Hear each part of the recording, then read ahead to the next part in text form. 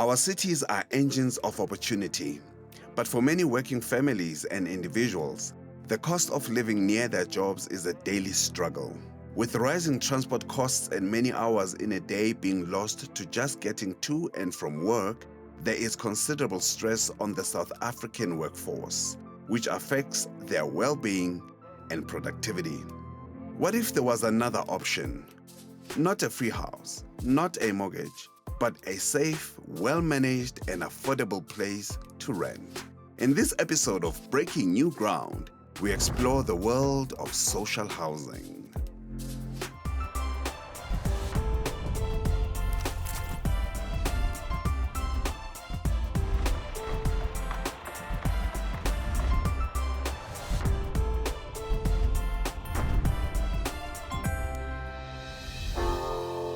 This is Breaking New Ground, and today we are in Gauteng to look at a vital housing puzzle, social housing. It is a rental program designed for abantu abaqala ukuena imali ethe xaxa kodwa cannot afford market-related rents. To see how it works, we are going to be visiting 3 different projects, each with its own unique story. The entire sector is regulated and supported by the Social Housing Regulatory Authority, or Shra. We chatted to one of their executives for an overview of the program. What is social housing and why it's important in the housing landscape in South Africa? Social housing basically is a state subsidized rental scheme that targets people earning between 1,850 to 22,000 per month. Our projects are located in urban areas where they are close to economic opportunities and social amenities. Our rentals are pretty much affordable as compared to other commercial markets. And we have noticed that throughout the years, we have attracted more tenants as compared to our competitors, so that will be the private market. The management of all of these places, I'm sure, is gotta be hectic. Compliance, keeping it neat. How do you manage to keep everyone in check? We do what we call building condition audits. Every time after the project has been completed, we also inform or tell our delivery agents that after developing the project, you need to have a maintenance reserve that will be able to maintain the project in years go by. To understand the impact of the program, we are meeting residents at 3 different projects. First, Grand Central Towers in Midrand, one of the rapidly developing economic zones in the province. Okay. Yes. So Yes, yes, So you stay? Yes. You stay on the 3rd floor. Before Shalala or Shala? So before Mshalala, Benglala Kasabalibiza Oliven Hotbosh. I was renting a bedroom that side, and I live with my son. Unfortunately, my son, he's autistic, and the living conditions went well for him. The safety, number 1, it's not safe. Even that side, in a business, but in my gebeng and things like that, I had to find another option. From here, where am I gonna go? Then we travel to the mining town of Fochville.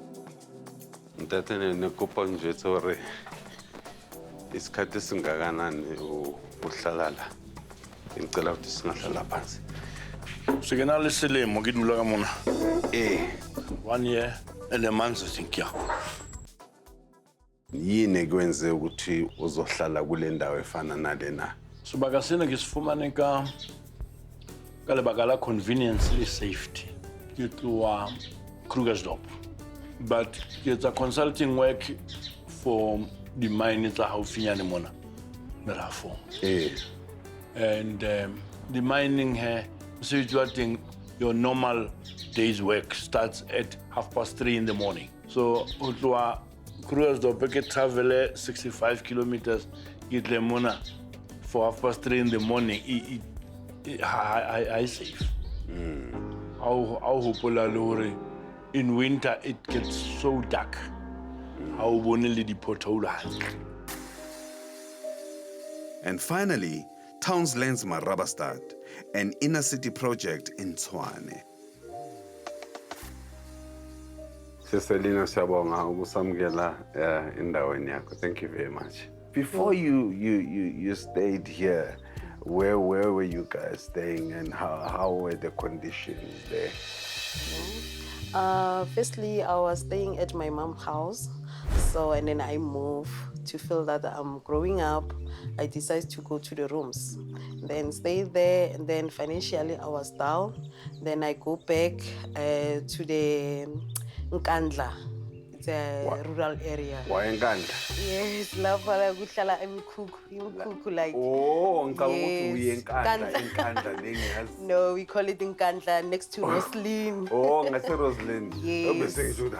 Now umuntu wasuke Pretoria wahamba wayohlala eNkandla udinwe. So we stayed there. The situation was so bad. With the kids? Yes. With Kutlwano, we don't have water there. You must go somewhere and take water. We don't have electricity. Like when the rain is coming, it's hard. I can't forget.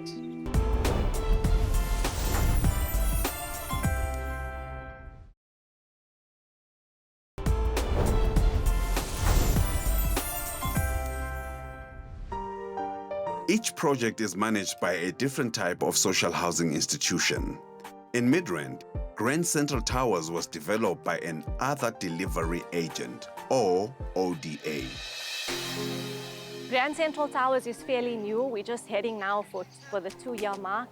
So it's a fairly new building of 990 units. We've got over 1,500 residents, of which I think more than 180 are children. So as you can see, the playground's full of children. Talking about children, and this is a lot of kids. Yeah. How friendly is the space for the kids? So look, our vision as a landlord was simple. We wanted to give our tenants the best. And I'm sure when you came in, you saw we have the security guards at the entrance. The building is fully equipped with CCTV cameras. We've also got many amenities to just make life easier for them. So we've got a gym, we've got a tuck shop, we've got a nail salon, we've got a homework center, which is fully equipped with computers, printers, scanners, full Wi-Fi.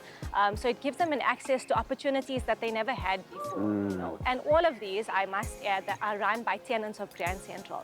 So it's basically giving them an opportunity to create a community, to sustain themselves, to empower them.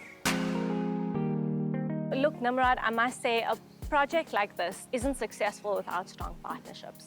So we have ourselves as the ODA. We're responsible for planning, developing, managing the project and ensuring that it stays financially sustainable.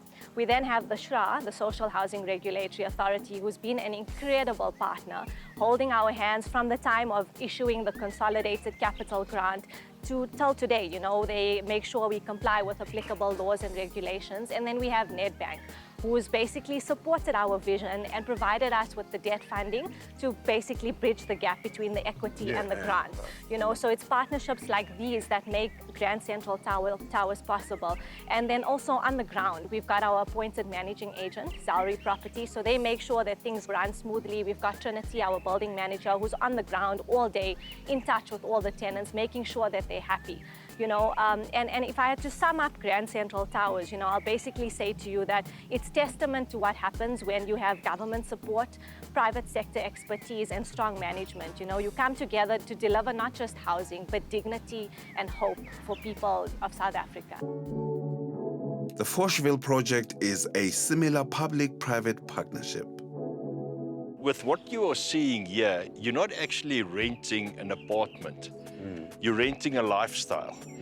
As you saw there in front, there's proper access control. We have a proper security system on the perimeter. We have generator power that will enable you, even with load shedding, load reduction, cable theft, whatever the problem might be.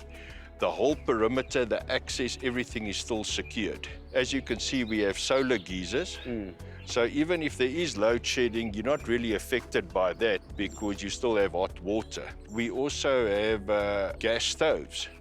So you can come, you can cook, you can bath, everything works, you know, and it's a great energy saver as well. And also you have a prepaid water and prepaid electricity. On the premises, we have a tank farm with about 70,000 liters of storage. We have 2 boreholes, and we've drilled another borehole now. And when we do run dry, then we can use that water. And because we have prepaid meters, we don't have any wastage on leaking of pipes. The minute the pipe leaks, then the meter stops because it runs out of credits. So we are really, from our side, enabling the tenant to be in control of his utilities. We heard that there were some people that during the construction were brought in, but eventually some were permanent. To take those people and empower them, give them a job, that might sound like the right thing to do, but it's actually the smart thing to do.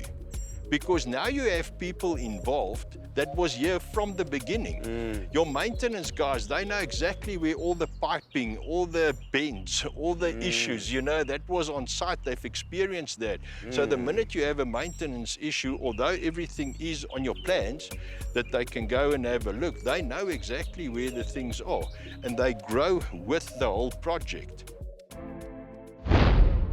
The Townslands project in Tshwane is different in that it's managed by a municipal-owned entity. This is right in the heart of Marabastad in the city of Tshwane. It used to be in a place that almost like a dump for it to be transferred in this way. The main aim, people must come back and live in the inner cities, rejuvenate the inner cities, and they work closer to where they stay. But also overall offer a secure place they are secured, all these amenities that are here. I think statistics show that most of the people Bapatela close to 30% their salaries on transport. So Rodula like it's one and the if transport, and in that way it makes people's lives much better. It is a homework center as well in the town hall. Homework center? Yes, we run a homework center that we run in the afternoons for children from grade 1 up to grade 12. What about the comfort value of staying here? Would I feel safe? Yes, definitely. Renali 24-hour security, access control, face recognition, and all over the property Renali CCTV cameras that are monitored to ensure that you are comfortably safe. As you can see around, the children are playing and they feel safe. It's a place where you can call home. With great attention being paid to the design, location and management of these projects, what is daily life like for the residents? So, ikona la engihlala khona. Can I come through? Yes, ungangena. Yes. Yeah, so ungahlala la, then ngizobe sengihlala la. Okay. Okay. How many bedrooms is it? It's a 2-bedroom, one for my son and one for myself. Comfortability? For mina naye, it's very comfortable compared to ukuthi sibuya kuphi. Uyabona ngoba naye as ingane yomfana usene privacy yakho ne room lakhe. Uyabona leyo joy ukuthi une room lakhe and then nami ngine room lami ngapha and then we have a bathroom. Like it feels like home. I like this place because it encourages entrepreneurial spirit. How's business been though? Business yona angeke ngithi isifikile la ngifuna ifike khona, but since I've moved in, I've done marketing enough ukuthi ama tenant ayazi ukuthi okay bona for mina i-convenience yokuthi okay masifuna ukuye salon ukhona ezakithi beauty solution downstairs, so yona iyangisustain, I can say that. Ihamba kahle so far. In terms of safety, how safe do you feel? Safe kakhulu. Once ngangena ngaphakathi ngi-safe. Ngilala ngazi ukuthi I know akuna next engangehlela. Uma uthi uyabheka each and every passage kunama cameras. Nomntana makadlala downstairs. Ngifila okay ukuthi ngazi even if I'm here mina ngisendlini ezumzali, ngifila okay ukwazi ukuthi hayi ulethe ukuthula phansi ngila ngise salon. I know ukuthi akekho umuntu who can just pitch up at my door angadlulanga ama security. Ukuthi kose kungena igebengu nezinto ezikanjalo, and those were things engisiface a lot ngisahlale Oliven. Ha o le mona, o na le peace of mind.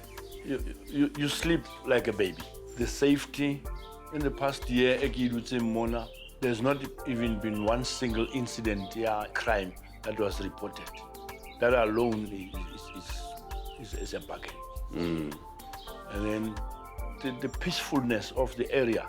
Ahuna lerata, whether it's weekend or Arabic, so but Badula Mona somehow are very reasonable. You know, you don't have a situation now, Rebecca, like a parking, washing, can sleep on the line. That sense of communal spirit is beautiful. You don't even need to say to your neighbor, just watch out, I won't be in for the weekend. Automatically, they look after each other, and you got that peace of mind. What was that moment eyenza ukuthi usuke uze ngapha? The problem was like I was pregnant on that moment. That shack was one room, so I was thinking about the small baby. Then when always I pass here, then I go there and ask. I came to the gate and then, guys, what's happening here? Then he said, no, you must apply. And then once you were approved, that must have been a great feeling. Yes, yeah, it was wow. When I get the message said, you're approved, you can come and take your, what is that, the statement, whatever, and then come and sign it. Yo, I was running like nobody. Your lease agreement. Yes, I was running, and then immediately, I came. You didn't even read the fine print. Never. I Lease, can't lie for that. Go. Yes, I didn't even read it, and then I just need the transport, take my fridge, take my everything, and then leave. So that moment, I said, thank you, God. But indawo nento zokudlala nama amenities akhona lana, how have they changed for you? Yeah. Oh, Kimo, like, she loves this place a lot. Especially we have a playground next to our room. So she loves to slide. Mama, evening is night. Mama, slide. So the playing area is so good. And also, I see the ball playing ground there. Also, it's good, but Kutwana can't go there because he can't.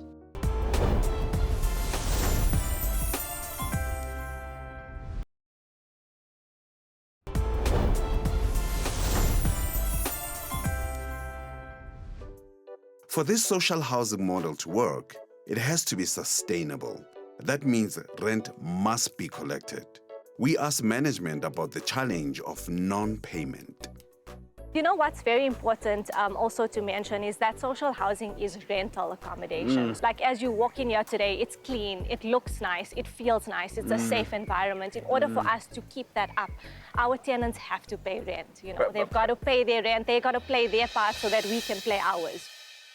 We've got our managing agent, Salary Properties, does these tenant education workshops. So when they come and they sign their lease, they'll go through it with them to say, look, this is social housing. It's within a certain income band that you qualify. This is your rental. This is what it entails. And, you know, we make sure that they fully understand their obligations as a tenant. Ever since you've started, how have you maintained and made sure that everyone keeps the commitment, especially on the renting side of things?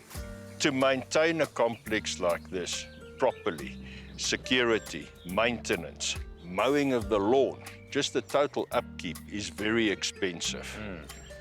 And one must understand, if you're not going to have a proper collection rate every month, that will be to the detriment of all the people in the complex. So that humanitarian problem goes much further than the individual that can't pay his rent. I do understand if you lost your job, if you don't have an income, that it will be difficult to pay your rent. However, if people don't pay their rent, we won't be able to give you this type of lifestyle because it's very expensive to maintain a complex to this extent and make sure that we also do preventative maintenance. What are the challenges, if any, when it comes to collecting rent? We have a very good collection rate, averaging 90% every month. And that makes it easier for us to be able to interact with other tenants that might be struggling with our rentals payments. So usually, but we're more officing, we follow up, ready meetings with people that might be seeming to be having some financial difficulties. But the scheme in itself also offers that opportunity to downgrade if you are now struggling financially, to move from a rent where it was a bit higher to move, if you no longer secondary, to come to primary. So you make sure that the person stays. And you ensure then you can make payment arrangements. But obviously for those by continuously have honor their rental payments, then unfortunately we'll have to evict and let them go.